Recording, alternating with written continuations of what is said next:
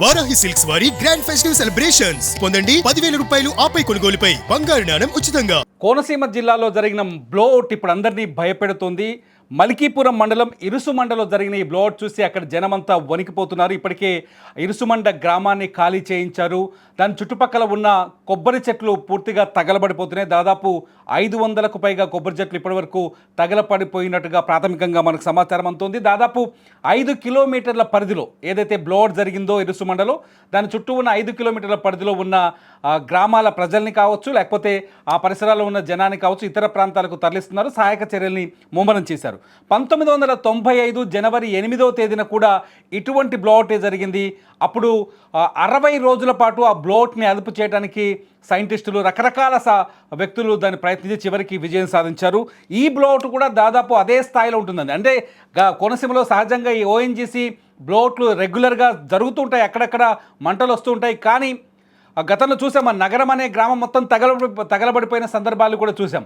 అయితే ఈ బ్లోఅవుట్ని 1995లో జరిగిన బ్లోఅవుట్తో ఎందుకు పోలుస్తున్నారు? ఈ అంశాలన్నింటినీ మనతో చర్చించడానికి ఇన్నోవేటర్ ఆఫ్ సుందర్ ఇన్నోవేషన్స్ అధినేత సైంటిస్ట్ సుందర్రామయ్య గారు, డాక్టర్ సుందర్రామయ్య గారు మనకు లైవ్లో అందుబాటులో ఉన్నారు. నమస్కారం సార్. నమస్తే అండి సార్. ఈ బ్లోఅవుట్ని 1995 బ్లోఅవుట్తో ఎందుకు పోలుస్తున్నారు సార్? ఎందుకు అంత ప్రమాదకరంగా ఉంది ఇవాళ?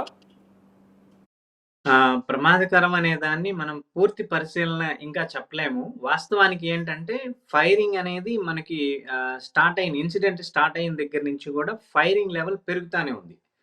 ఈ బ్లో పెరుగుతా ఉన్నప్పుడు దాని యొక్క వాల్యూమ్ అంటే ఇన్నర్‌గా ఫ్యూయల్ ఏదైతే ఉందో ఆ ఫ్యూయల్ వాల్యూమ్ ఎక్కువగా ఉన్నదనేది మనకు అర్థమవుతుంది. సో, వాస్తవికంగా ఏంటంటే పూర్వం మనకి జరిగింది ఏంటంటే నేరుగా ఏదైతే మనకి ఫ్యూయల్ సక్షన్ చేసి ఫ్యూయల్ స్టోర్ చేసిన బోర్‌వెల్ ఏదైతే ఉందో ఆ సక్షన్ చేసే బోర్‌వెల్‌లోనే డైరెక్ట్‌గా ఫైర్ అయింది పూర్వం మనకి. దానివల్ల ఏమవుతుందంటే ఆ సక్షన్‌లో నుంచి వచ్చే ఫ్యూయల్‌ని ఒక సర్టెన్ ప్రెషర్ ద్వారా ఆటోమేటిక్‌గా వస్తది. గ్యాస్ నిల్వలు ఇవన్నీ కూడా ఆటోమేటిక్‌గా ప్రెషరైజ్డ్ మెటీరియల్స్ అవి. భూమిలో ఉండలేవు. ఆటోమేటిక్‌గా మనం హోల్ వేసేసేస్తే ఆ ప్రెషర్‌కి ఆటోమేటిక్‌గా వచ్చేసేస్తాయి. ఆ వచ్చే ప్రెషర్‌కే దానికి ఆ టైంలో మనకి ఆ ప్రెషర్‌ని లోపల నుంచి రిలీజ్ అయ్యే ప్రెషర్‌ని ఆపలేక దానికోసం సరికొత్తమైన టెక్నాలజీస్ ఏటో వాటిని అంటే కొంతమంది ఆ రోజుల్లో మనకున్న పరిజ్ఞానం ప్రకారం వాస్తవంగా అది చాలా చిన్న సిలబస్. ఎందుకంటే వర్షం పడేటప్పుడు పైకి గొడుగు ఇలా పెడతాం. అదే మనం ప్రొటెక్ట్‌గా ఉండాలంటే గొడుగు ఇలా పెట్టేస్తాం. అలాగే ఆ బోర్‌వెల్ ఇలా ఒక బ్లో ఇలాగా మౌంటింగ్‌గా ఉన్నప్పుడు దాని మీద ఓపెన్ వెల్ అంటే ఒక అంబ్రెల్లా మౌంట్ లాంటిది ఒక మెటీరియల్‌ని తయారు చేసేసి దాన్ని అలా క్లోజ్ చేసేసేస్తే ఎప్పుడైతే గాలి ఆక్సిజన్ లేకుండా ఉంటుందో ఆటోమేటిక్‌గా ఎయిర్‌ని క్లోజ్ అయిపోతుంది. అంటే ఎయిర్ ఆగిపోతుంది. ఎయిర్ ఆగిపోతే ఫైర్ ఆగిపోతుంది. సో, ఈ ఈ బ్లోఅవుట్లు సిద్ధాంతాన్ని వాడుకొని బ్లోఅవుట్లు జరగడానికి ప్రాథమిక కారణాలు ఏంటి సార్? ఇటువంటి బ్లాస్ట్ రావడానికి? లీకేజ్ సమస్యలు. అంటే మనకి ఈ పైప్ లైన్స్ ఇక్కడి నుంచి ఎక్కడికో తీసుకువెళ్తా ఉన్నారు కదా! మెటీరియల్ అంతా కూడా షిఫ్టింగ్ చేస్తా ఉన్నారు. పంపింగ్ అంటాం దాన్ని. సో, ఆ పంపింగ్ చేసేటప్పుడు ఆ వ్యవస్థల్లో ఒక చోట నుంచి ఇంకొక చోటకి మెటీరియల్‌ని తీసుకెళ్ళేటప్పుడు సర్టెన్ ప్రెషర్ కావాలి. సో, దీనికి వాస్తవికమైన న్యాచురల్‌గా భూమిలో నుంచి వచ్చే ప్రెషర్ సరిపోకుండా దానికి కొన్ని ఆ ప్రెషరైజ్డ్ మెటీరియల్స్‌ని మోటార్స్‌ని గాని, పంప్స్‌ని గాని వాడతారు. సో, ఆ ప్రెషరు ఆటోమేటిక్‌గా ఎంత డిస్టెన్స్, ఎంత వాల్యూమ్ వెళ్ళాలి అనే దాన్ని బట్టి డిసైడ్ అయ్యుంటుంది. సో, ఆ ప్రెషర్ ప్రకారం పైప్ లైన్‌లు వేసినప్పుడు అవి పర్ఫెక్ట్‌గానే ఉంటాయి. ఆటోమేటిక్‌గా మన ఇళ్లలో ఎలా అయితే ఒక చిన్న లావెటరీ పైప్స్ అవి ఇవి ఇళ్లలో ఎలా అయితే ఇవి లీక్ అవుతాయో, ఇలా ఇక్కడ కూడా ఆ ప్రెషర్ లైన్ తట్టుకోలేనప్పుడు మెయింటెనెన్స్‌లు సరిగ్గా జరగనప్పుడు కొన్ని కొన్ని సార్లు ప్రెషర్ ఫార్మింగ్ డిఫరెంట్ ఏరియాస్‌లో ఎయిర్ లాకింగ్ అంటాం. ఎయిర్ లాకింగ్ అయ్యి సెపరేట్ ప్రెషర్ పెరుగుతా ఉంటది. ఇలాంటి ఎయిర్ లాకింగ్స్ జరిగినప్పుడు ఇట్లాంటి కొన్ని అనివార్య కారణాలు ఏర్పడినప్పుడు విపత్కరమైన పరిస్థితుల్లో ఈ లీకేజ్ అనేది ఖచ్చితంగా జరుగుతుంది. సేమ్ ప్రెషర్ పెరిగినప్పుడు మనకి ఫైర్ గూడా స్టార్ట్ అయిపోతుంది. సార్, గతంలో చూసాం మన నగరం అనే ఒక ఊరు మొత్తం దాదాపు అది ఒక చిన్నపాటి పెద్ద ఊరే. ఆ ఊరు మొత్తం తగలబడిపోయింది. మనుషులు చనిపోయారు. చాలా ప్రమాదకరమైన పరిస్థితులు చూసాం. మన 2000 సంవత్సరం 2021 ఆ పరిసర ఆ టైంలోనే. ఆ తర్వాత అంటే ఇప్పుడు అటువంటి పరిస్థితే కనిపిస్తుంది. అంటే ఎందుకు సార్ ఆ తూర్పుగోదావరి జిల్లాలో ఉన్న ఓఎన్జీసీ పైప్ లైన్ వ్యవస్థ గురించి ఒకసారి చెప్పగలరా? అసలు దాని ప్రమాదం పైన జీవిస్తున్నారు అనుకోవచ్చా వాళ్ళు? మనం అంటే ఈ వనరులు ఏదైతే ఉన్నాయో ప్రకృతి వనరుల్ని మనం తీసుకోవాలి. దానిలో భూమిలో ఉండే నిక్షేపాలు, గ్యాస్ నిక్షేపాలు గానీ, లేకపోతే ఈ యొక్క ఆయిల్ నిక్షేపాలు గానీ, వీటన్నిటిని వెలికి తీయటం అనేది మన ఇంధన వనరుల శాఖకి సంబంధించిన ఒక విధి అది. సో, ఈ విధిలో భాగంగా ఎక్కడైతే మనకి ఇంధన వనరులు అవైలబుల్ ఉంటాయో, ఆ ఏరియాస్‌లో మనకి తీసుకుంటాము. మనకి దానికి ఒక రకంగా అది అదృష్టం అని చెప్పొచ్చు. మనకి మన రాష్ట్రానికి చెందిన ఈ తూర్పుగోదావరి జిల్లాల్లో మనకి ఈ నిక్షేపాలు బయటపడ్డాయి. బయటపడిన తర్వాత కొన్ని ప్రైవేట్ భాగస్వామ్య అంటే ఓఎన్‌జీసీ తోటే డైరెక్ట్‌గా దాన్ని వర్క్ గ్యాలరీ పెట్టి ప్రైవేట్ కాంట్రాక్టర్ సపోర్ట్స్ తోటి వీళ్ళు వర్క్స్ చేయిస్తూ ఉంటారు. ఆపరేషన్ కండిషన్స్ అన్నీ జరుగుతా ఉంటాయి. సో, అక్కడి నుంచి వాళ్ళకి ఏదైతే మెయిన్ మెటీరియల్ రా మెటీరియల్ వచ్చిందో ఆ మెటీరియల్‌ని ఇంకొక చోటకి షిఫ్ట్ చేయాలి. అది గ్యాస్ లాంటి మెటీరియల్ అయితేనేమో ట్యాంకర్ల ద్వారా తీసుకెళ్ళటం ఈ ట్రాన్స్‌పోర్ట్ చాలా ఎక్కువ అవుతుందని వాళ్ళే ప్రెషర్ లైన్స్ ఫార్మ్ చేసేసి ఇక్కడి నుంచి వేరే ప్రదేశాలకి బదిలీ చేసే పరిస్థితి జరుగుతా ఉంది. లేదు ముడి చమురు, క్రూడ్ ఆయిల్ లాంటిదైతే మాత్రం అది ఏదో ఒక అంటే ఇంకొక ట్రాన్స్‌పోర్టేషన్ సిస్టమ్ ద్వారా మాత్రమే వాళ్ళు చేస్తున్నారు. అవి కూడా పైప్‌లైన్ సిస్టమ్ అందుబాటులో ఉన్నంత వరకు చేస్తున్నారు. డిస్ట్రిబ్యూషన్ ఛానెల్ అంటారు దీన్ని. సో, ఎక్కడికెక్కడ డిస్ట్రిబ్యూషన్ చేసుకుంటూ ఉన్నారు. ఇది సిస్టమ్. ఈ సిస్టమ్‌లో మనం ఒక ప్రమాదం అంచున ఉన్నట్టే వాస్తవికానికి. ఎందుకు అంటే అది ఎప్పుడు ప్రమాదం జరుగుతుంది? ఏం జరుగుతుంది? అగ్ని పర్వతం గనక ఎప్పుడు బద్దలవుతుందయ్యా అంటే దానికి చెప్పలేము. దానికి హీట్ టెండెన్సిటీ వచ్చినప్పుడు, ఫ్రీక్వెన్సీ వచ్చినప్పుడు ఖచ్చితంగా అది ఇదవుతుంది. అలాగే మనకిక్కడ ఈ గ్యాస్ నిక్షేపాలు ఇక్కడున్నాయి. ఇక్కడి నుంచి వనరులు తీస్తున్నారు, వెలికి తీస్తున్నారు. వెలికి తీసినయన్నీ కూడా ఇంకొక చోటకి తరలించుకుంటూ తీసుకెళ్తున్నారు. ఈ తీసుకువెళ్ళే ప్రక్రియలో ఎక్కడికైతే ఈ మెటీరియల్ బయటికి వెళ్తా ఉందో, ఆ వెళ్ళే లైన్‌లో వచ్చే డ్యామేజెస్ ఇవి. చిన్న చిన్న డ్యామేజెస్ వల్లే ఈ యొక్క ప్రెషర్స్ పడతాయి. ఎక్కడ పడతాయి? ఈ స్టార్టింగ్ స్టేజ్‌లోనే ఎందుకు పడుతున్నాయి? ఇవి బయటెక్కడ పడలేదా అంటే, గుజరాత్‌లో కూడా ఇలాగే జరిగినాయి గతంలో. అంటే ఈ లైన్ ఎక్కడి దాకా వెళ్ళిందో అప్ టు మార్క్ ఆ లైన్ వరకు ఎక్కడైనా జరగొచ్చు. దాన్ని ఒక ప్లేస్‌లోనే జరగాలనే విధానం అయితే ఎక్కడా లేదది. అది ఎక్కడ డ్యామేజ్ ఉందో అక్కడి వరకు ఆ డ్యామేజ్‌ని ప్రెషర్ లైన్‌లో వచ్చిన డ్యామేజే ఫైర్ కిందకి కన్వర్ట్ అవుతుంది. సో, అది దురదృష్టవశాస్తు ఇప్పుడు యాక్సిడెంటల్‌గా మనకి ఈరోజు పరిణామంలో చాలా మనం చాలా చూస్తున్నాం. గ్రామాలు సార్, నేను గోదావరి జిల్లాలో, తూర్పుగోదావరి జిల్లాలో తిరిగాను. ఓఎన్జీసీ పైప్ లైన్ ఉన్న ఊళ్ళను చూశాను, ఆ ప్రాంతాన్ని పరిశీలించాను. స్వయంగా నేనే వెళ్ళాను. చాలా చోట్ల ఆ ఓఎన్జీసీ పైప్ లైన్ గ్రౌండ్లో ఉంది, దానిపైన ఇల్లు కట్టేస్తున్నది. కొన్ని చోట్ల పంట పొలాలు ఉన్నాయి, కొన్ని చోట్ల పౌల్ట్రీ ఫార్మ్స్ వేస్తున్నారు, కొన్ని చోట్ల రకరకాల వ్యవస్థ పైన నడుస్తూనే ఉంది, నడవాల్సింది భూమిపైన. ఈ పైప్ లైన్ లైఫ్ ఎంతవరకు ఉంటుంది? ఈ గ్యాస్ని ట్రాన్స్పోర్ట్ చేసే పైప్ లైన్ ఇది ఎంతవరకు ఈ పైన ఈ వర్క్ చేయడం వల్ల, అంటే ఇళ్ళు ఉండడమో లేకపోతే ఇంకేదో ఉండటం వల్ల సేఫ్ అనుకోవచ్చా మనం అది? అది దానికి వాస్తవంగా దాని ప్రదేశంలో కొంత అది నిర్జన ప్రదేశం కింద దాన్ని కేటాయించాలి వాస్తవికంగా. ఎందుకంటే, ఆ భూమిని ఓఎన్‌జీసీ వాళ్ళు తీసుకుంటారు. కొనుగోలు చేస్తారు లెక్క ప్రకారం. కొనుగోలు చేసేసి దానిలో ఇది చేస్తారు. లేదంటే సెంట్రల్ గవర్నమెంట్ ఏదన్నా స్పెషల్ యాక్ట్ పెట్టేసేసి దాన్ని అది ఎలా చేశారనేది మనకి పూర్తిగా ఐడియా లేదు. కానీ వాస్తవికంగా ఆ పైప్‌లైన్‌లో నుంచి గ్యాస్ వెళుతున్నప్పుడు ఆయా ప్రదేశాలు అవి కొంచెం నిర్జనంగా అంటే జనాలకు దూరంగా ఉండాలి.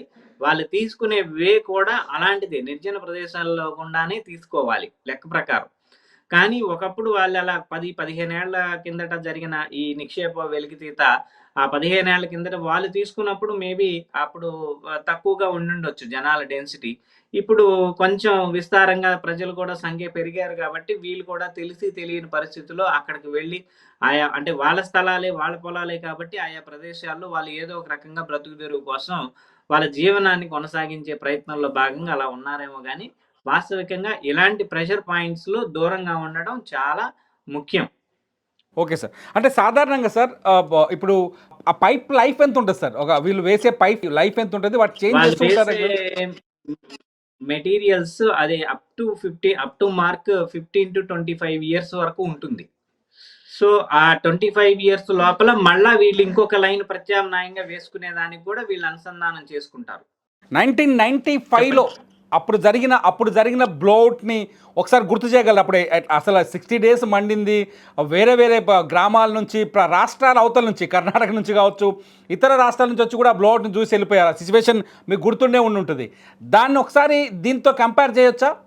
లేదండి. అంటే ఇది ఆ బ్లో ఔట్ ఏంటంటే డైరెక్ట్‌గా నిక్షేపం ఏదైతే గ్యాస్ వస్తా ఉందో ఆ బోర్‌లోనే మంట స్టార్ట్ అయిందది.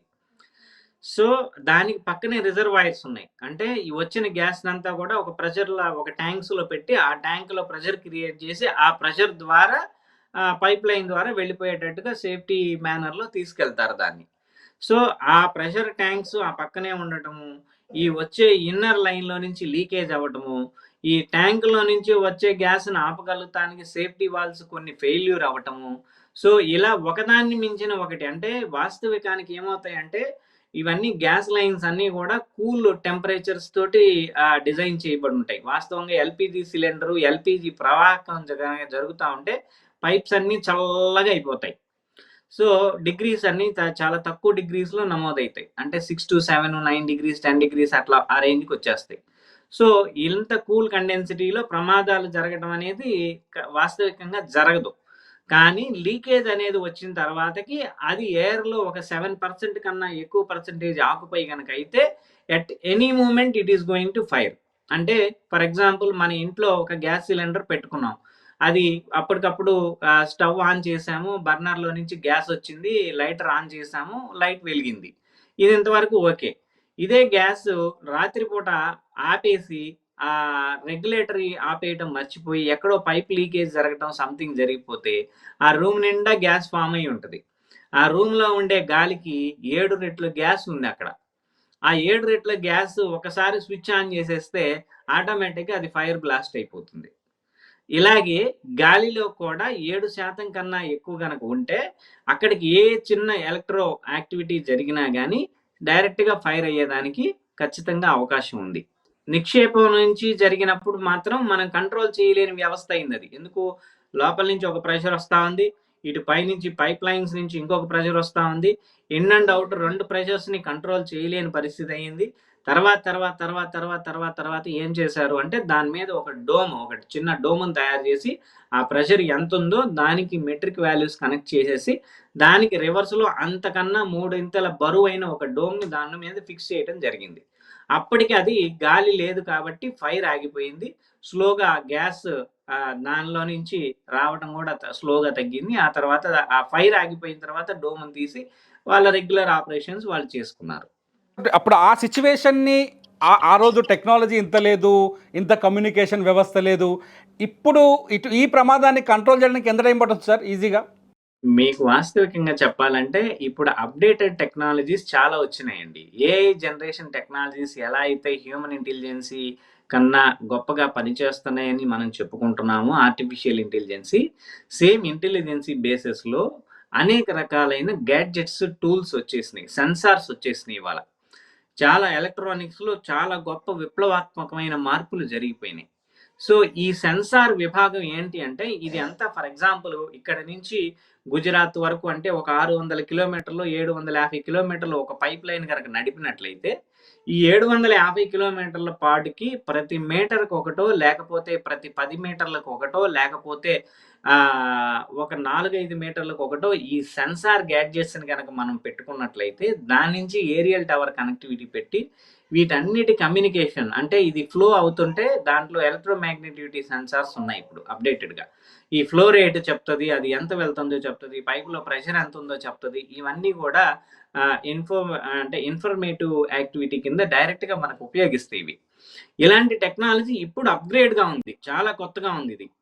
సో, ఇలాంటి వినూతనమైన టెక్నాలజీస్‌లోకి మారేంత వరకు ఇప్పుడు మేము కొన్ని సెన్సార్స్ డెవలప్ చేసాం. మేమిప్పుడు ఈ ఫ్లాష్ బ్యాక్ అరెస్టింగు, హైడ్రోజన్ తోటి మేము వెహికల్స్ నడిపే టెక్నాలజీస్ మా మా మా యొక్క రెగ్యులర్ రీసెర్చ్.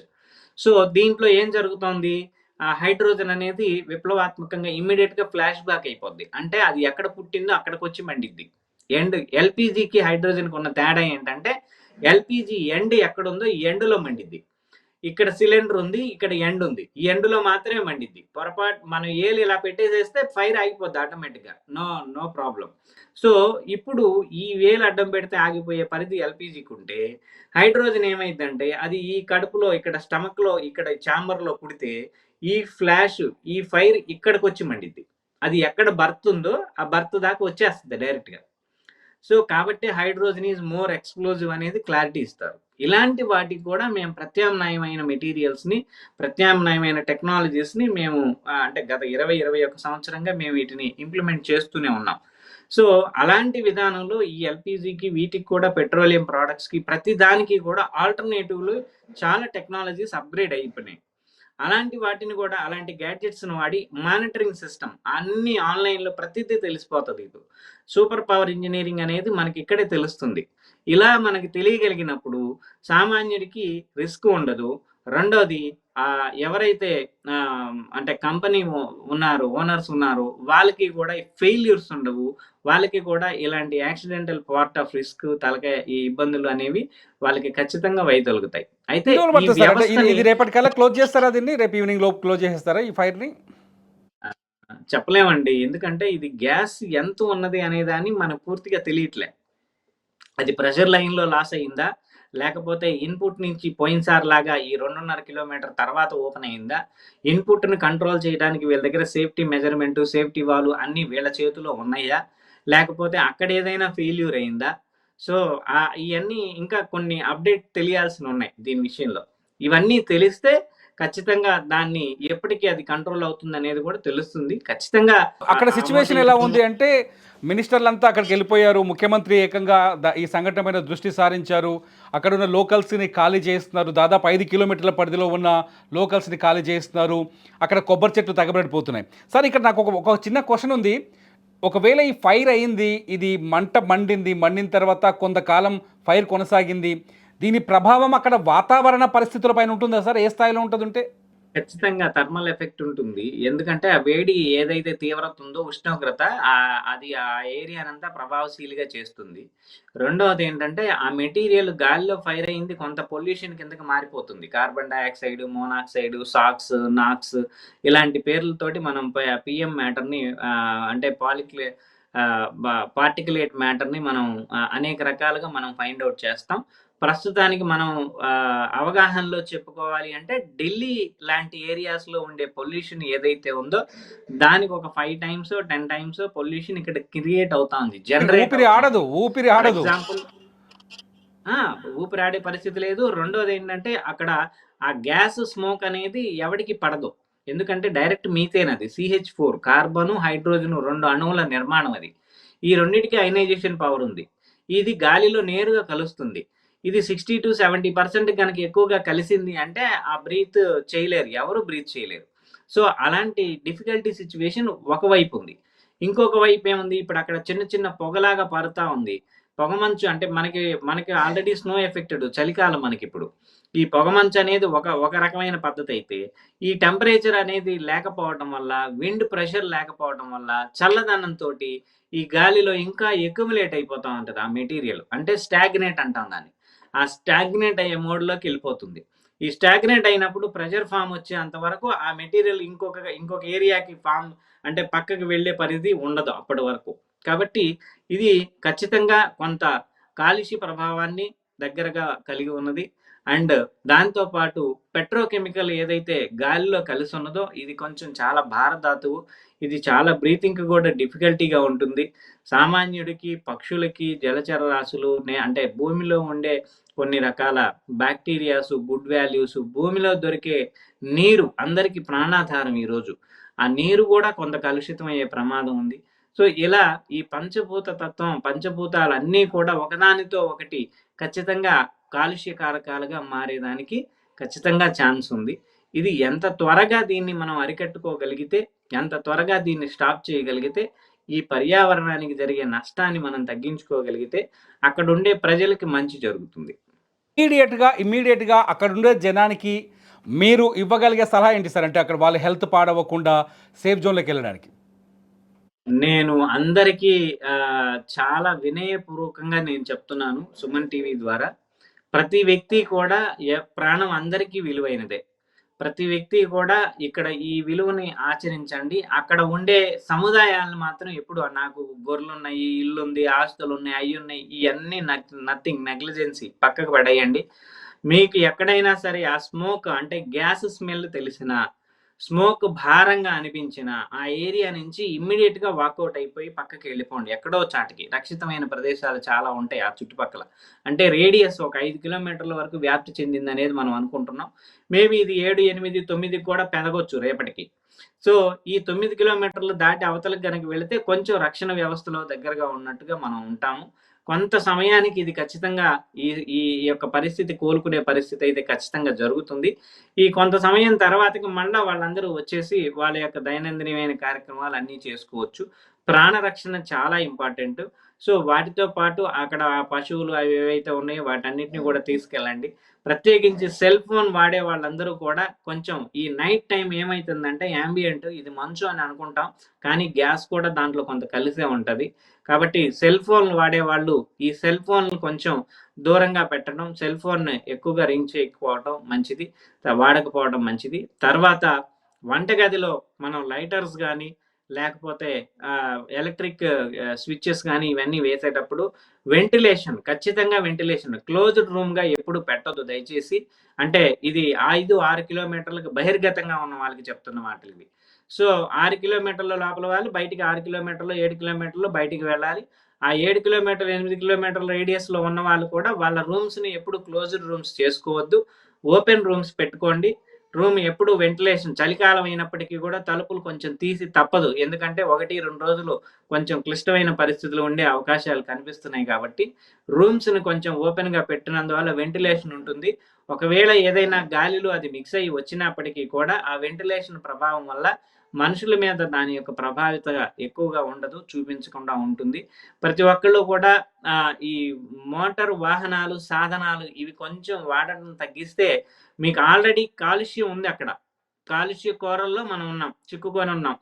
ఇలాంటి పరిస్థితిలో ఈ మోటారు వాహనాలు వినియోగం చేస్తే ఆ పొల్యూషను, ఈ పొల్యూషను డబల్ అవుతుంది.